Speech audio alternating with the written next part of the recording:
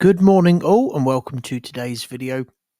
So today I just have the one pair on watch. I did actually have a couple of pairs on watch yesterday, but I didn't manage to find the time to make a video. My life is very hectic at the moment and it's difficult to factor in all of the things that I need to do each day, including trying to make videos. So I may not be quite as consistent with these videos as I once was due to reasons beyond my control, but when I am available, I will try and make these videos for you.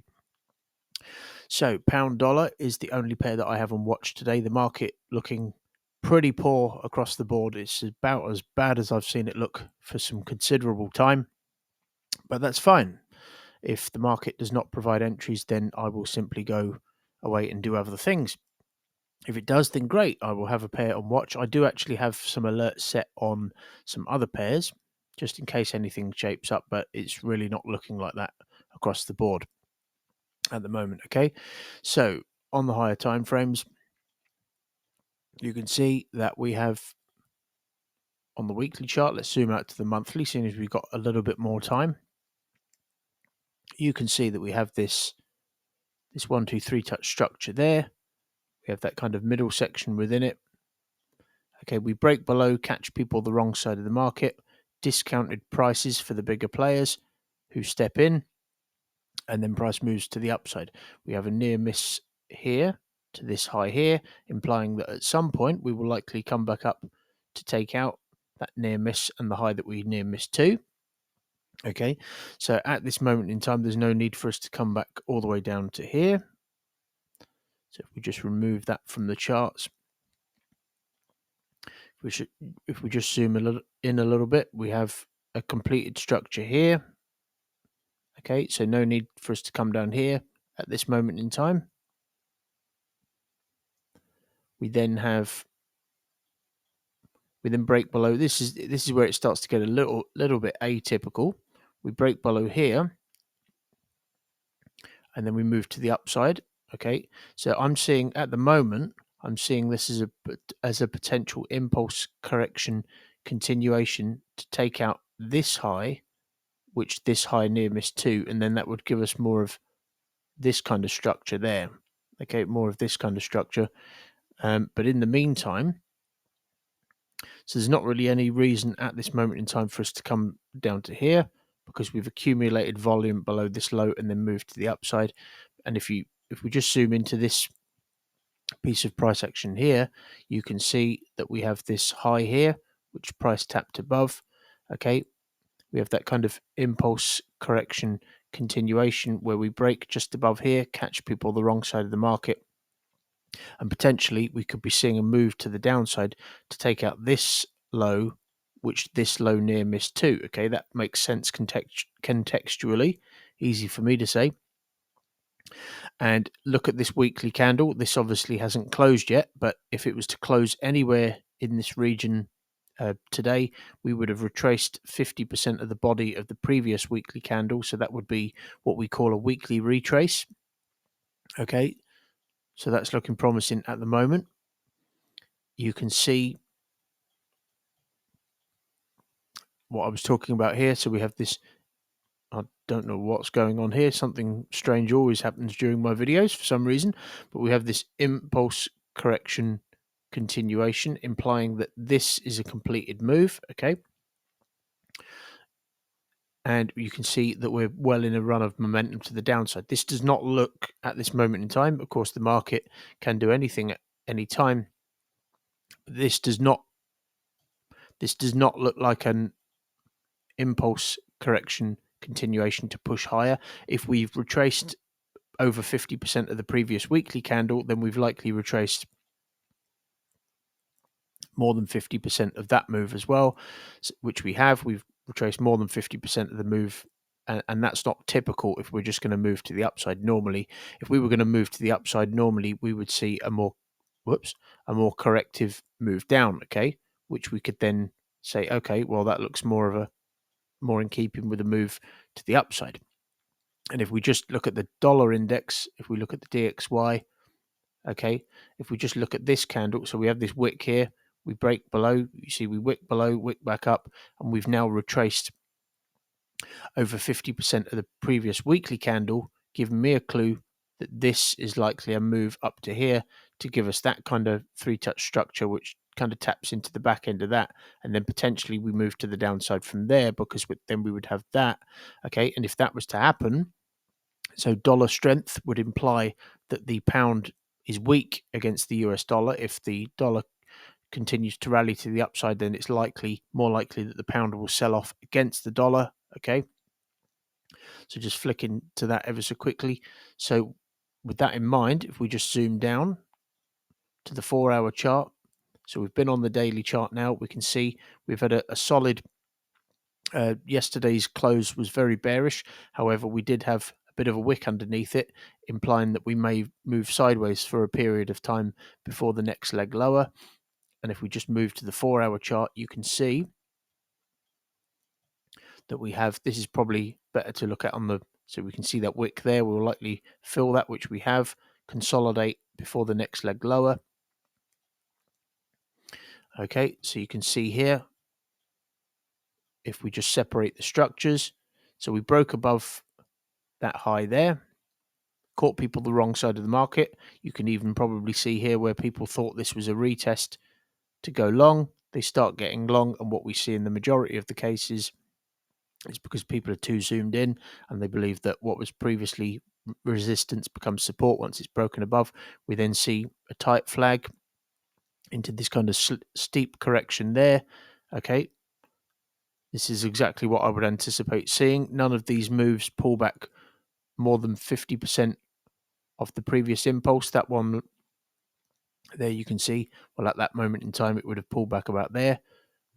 So at no stage, even this correction here pulls back about 50%. So this is a healthy sequence. So the questions I'm asking myself when I'm looking at this trade is, am I well positioned on the higher time frames for a move to the downside? Well, yes, we've broken above there, caught people the wrong side of the market, and then we're moving to the downside. The next question I'm asking myself is, am I well positioned for a move to the downside on the lower time frames?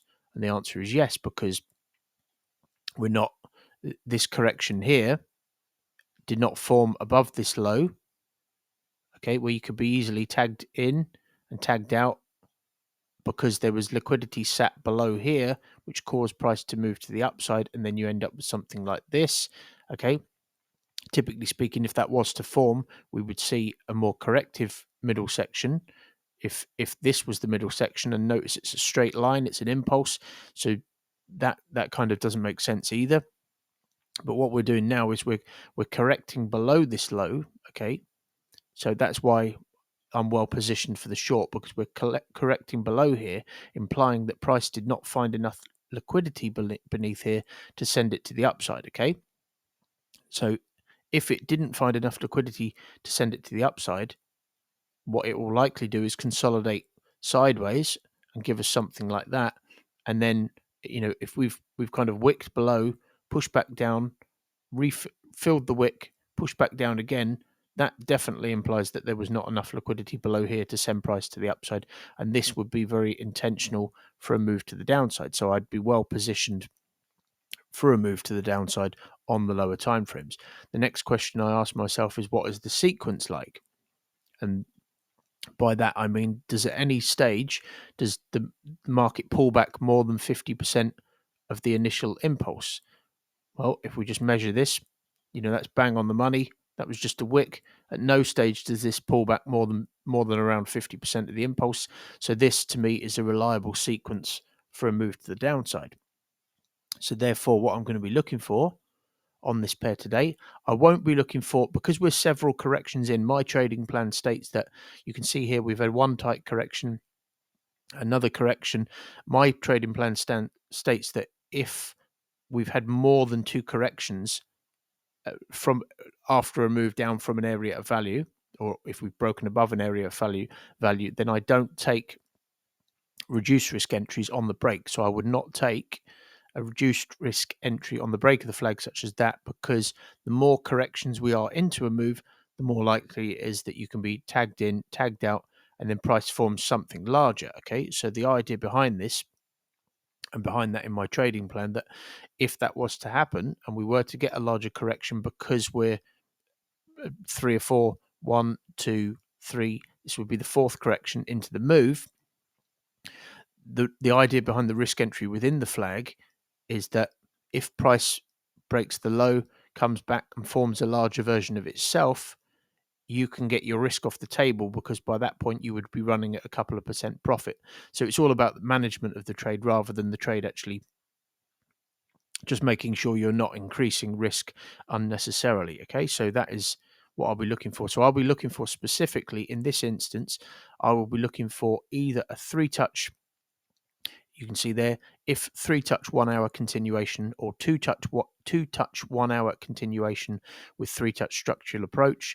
Then I would drop down to the 15-minute chart. I would filter this on the 15-minute chart to look for entries, and if this flag was structured, not if it was just mess. So if it just starts, if we just get mess, and this is something I noticed in my trading journal, if it's just mess like this, I'm not going to be looking to short it from within there. One thing I noticed about my older trades is that I used to take risk entries within corrections like this, which were just mess, and then you just get tagged in, tagged out multiple times unnecessarily, and you bleed your trading account. So the flag has to actually be structured, okay? And if it is, my rules are that if it's a 1 hour continuation, I can filter it on the 15-minute chart and look for entries there. And so what I'm going to do on the fly is I'm going to set an alert, because for the risk entry to form, price would need to actually push up to this little area of consolidation, which is where price started to correct. That's likely where it'll pull back to. That's likely where the liquidity is. Okay, and then what I would do is I will be able to manage it down to this first low as a first target. The reason I say as a first target is because if you just analyze the structure here, we have a running channel, okay, and that was the base of the running channel. So that's an area of significance. It just so happens to be where we retested the back end of this as well. So that would be a first target, and if I would be able to get my risk off of the table by there, by the time price reached that point. And if we just measure this as well, so if this was an impulse correction continuation, if we just measure that, and we assume that the continuation leg out of the impulse correction continuation is of a similar length, that would actually take us down to bang on where the start of this running channel was as well. So that makes sense contextually. I wouldn't expect price to really hold here, because this is not really an area of too much significance, certainly not on the higher time frames. But where my target would be, which is why I've got the ray line there, is this low here. Would I anticipate, if we got down to this low, it's likely that we would take out this low as well, and this low which near missed to it, because we have structure there. We have a middle section. We would likely find our way down to here and down to these lows. But I would expect at this area here, I would expect or anticipate some profit taking. We can see that that low is visible on the daily chart. So I would anticipate some larger pullbacks from the area, particularly because it was a sharp move as well. And not only that, if we just analyze this structure, okay, so we have this 1, 2, 3. There's the middle section. It's also the area that tapped into that area there, and which basically caused the move to the upside. So I would anticipate some profit taking in that area. So what I would do in this instance, with all of that considered, if this entry shapes up, I will, if we just take the Fibonacci tool, I will measure from range to range. So there down to the area where I'll be looking to get out. And because the market can pull back, quite steeply from the 90% mark, you can see the 90% mark there. What I would do is I would set a take profit there, which would give me something in the region of 10 to 10.5, 11%. Okay, and I would simultaneously trail my stop loss accordingly, with the take profit set there at the same time. So that's what I'm going to be looking for at the moment. Hopefully the market looks a little bit better next week than it has this week. There were times, as has happened quite a lot recently, where the market starts the week looking great, and then literally within one candle or 24 hours, the market just looks horrible.